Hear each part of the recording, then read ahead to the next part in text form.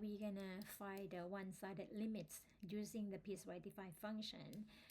In part A, limit as x approaches to negative of the function, that's the left-hand limit. Part B, limit as x approaches to positive, that's the right-hand limit. Similar to C and D, they are limit as x approaches 4, one from the left, the other one from the right, and the last one limit from the left side as x approaches 6. The piecewise defined function, as you see, if x between 0 and 2, including both ends, it goes by the function x squared. If x is strictly greater than 2, strictly less than 4, the function goes by x plus 3. And the last case, when x is from 4 to 6, including 4 and 6, the function goes with x over the quantity x minus 6. For the first one, part A, simply look at the left-hand limit. That means the x value is slightly less than 2. So the function that we're going to go with would be the function x squared. So we rewrite the limit as the limit of the function x squared as x approaches to negative. And then for part B, the x value is slightly greater than 2 because this is the right-hand limit, the plus side. Greater than 2, we go with the second function defined here, or we can write the limit of the function x plus 3 as x approaches to positive. Part C, x is slightly less than 4. Where is it going to be? Slightly less than 4. That means we still stay with the function x plus 3. X approaches 4 from the left. In part D, x is slightly greater than 4. Where is it? Greater than 4. Now we're going to move on to the next defined function, which is x over x minus 6. X greater than 4 positive. The last one, 6 negative. That means x is slightly less than 6.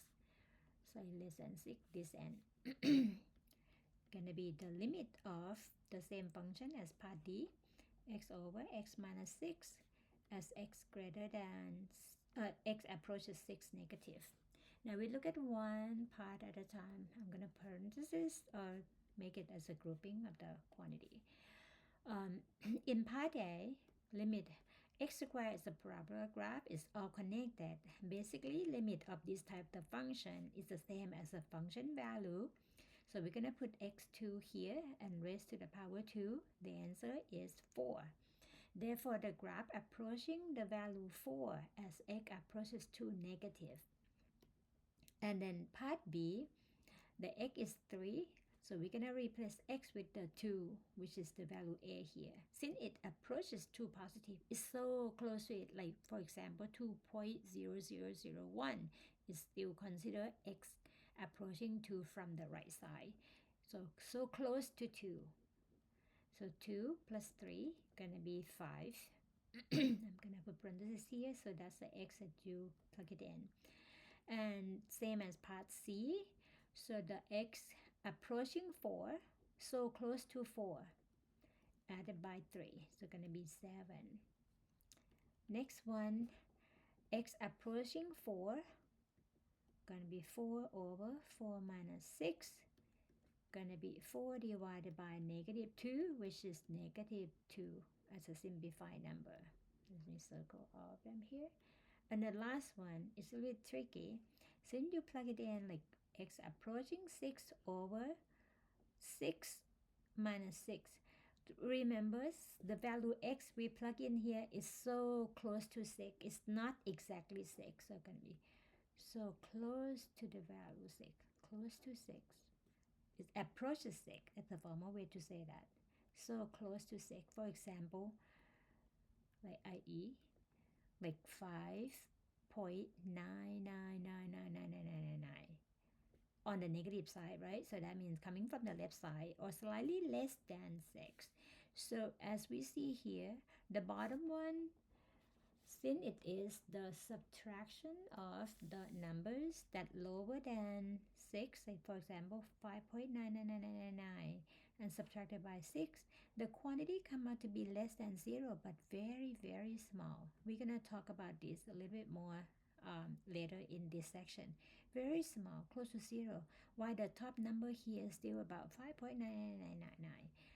The subtraction on the bottom is negative inside and very small, where the top one is about 5.9999999 divided by, like, so close to zero, but very small and it's negative inside. When you divide the quantity by the small number, the quotient gets very large, so we use infinity to represent the large number. In this case, we have positive sign for the quantity on the top, negative on the bottom. So overall going to be negative large quantity. So we use the notation negative infinity to represent this limit in part E.